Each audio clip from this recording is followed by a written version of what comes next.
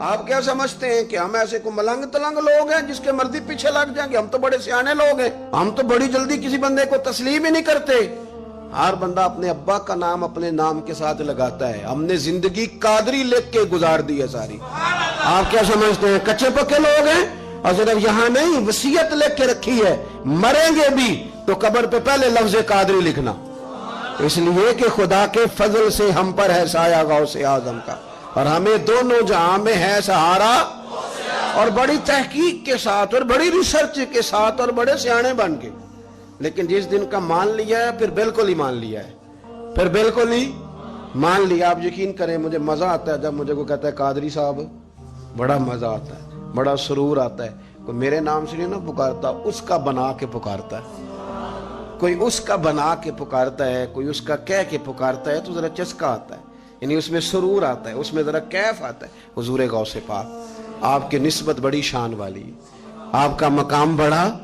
حضرت مولانا جمیل الرحمن قادری اعلیٰ حضرت کے مرید ہیں، وہ فرمایا کرتے تھے خدا کے فضل سے ہم پر ہے سایہ غوث، ہمیں دونوں جہاں میں ہے سہارا۔ اور قادری کہتے ہیں غوث پاک سے پیار کرنے والے کو، جو بھی پیار کرے وہی قادری ہے۔ تو خدا کے فضل سے ہم پر ہے سایہ، ہمیں دونوں جہاں میں ہے سہارا، خدا دے گا منادی حشر میں یہ قادریوں کو، کہاں ہے قادری کر لے نظارہ غوث اعظم، کہاں ہے قادری کر لے نظارہ۔ اور پھر فرماتے ہیں جمیل قادری 100 جان سے ہو قربان مرشد پر، اپنے شیخ کی بات کرتے ہیں۔ جمیل قادری 100 جان سے ہو قربان مرشد پر، بنایا جس نے مجھ جیسے کو بندہ غوث اعظم کا۔ یہ غوث اعظم واحد صوفیاء کی جماعت میں امام ہستی ہیں کہ کوئی کسی بھی سلسلے سے تعلق رکھے، وہ نقش بندی ہے، وہ چشتی ہے، وہ سہروردی ہے، آج آپ کو سارے 11ویں دیتے نظر آئیں گے، اس لیے کہ غوث اعظم رضی اللہ تعالیٰ عنہ کے فیض جب برسا ہے تو می بن کے ہی برسا ہے، اور ہر جگہ ہی برسا ہے، ہر جگہ ہی برسا ہے۔ تو بجائے اس کے کہ ہیلو حجت کریں ساری زندگی، اللہ والوں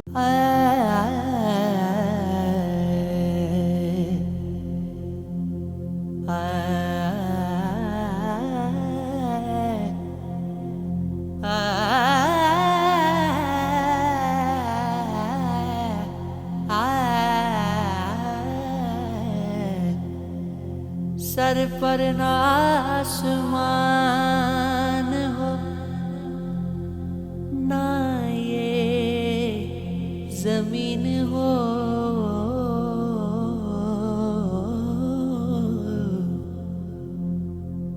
پھر نہ کہیں پہ ناز ہو نہ نازنین ہو، شاکر اس نظام سے تنگ آ گیا ہوں میں، اے کاش یہ نظام